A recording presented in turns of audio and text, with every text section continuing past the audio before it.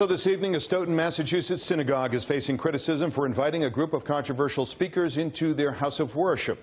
More than 100 interfaith leaders are now threatening to protest, calling the speakers anti-Muslim hate group leaders.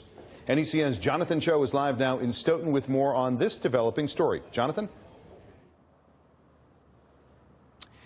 Yeah, Mike, the rabbi here says they're not about hate and they're moving forward with Wednesday evening's event because the speakers are pro-Israel and care deeply about America.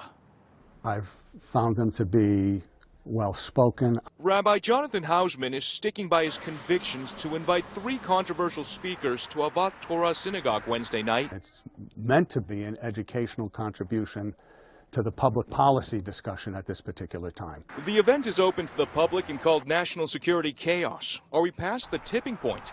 Featuring Frank Gaffney, who said in the past, most of the Muslim American groups of any prominence in America are now known to be hostile to the United States and its Constitution.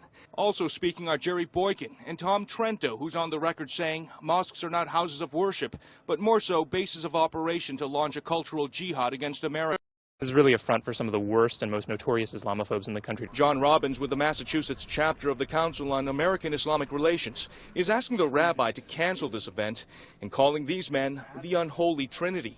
Speakers who the Southern Poverty Law Centers identified as leaders of extremist hate groups alongside of the KKK. The Anti-Defamation League says whatever is said by the speakers Wednesday night is likely protected under the First Amendment.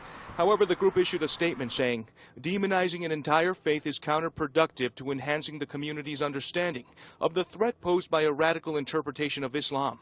The rabbi doesn't exactly see it that way. Are you condemning what they've said in the past? Those statements are problematic.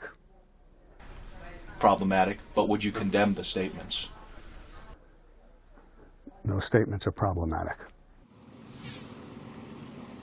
Now, the rabbi says even though the presidential election is only a few days away, this event has nothing to do with politics. Leaders from that interfaith coalition say if they follow through with the protest Wednesday night, it will remain peaceful. Live from Stoughton, Jonathan Cho, NECN. Thank you, Jonathan.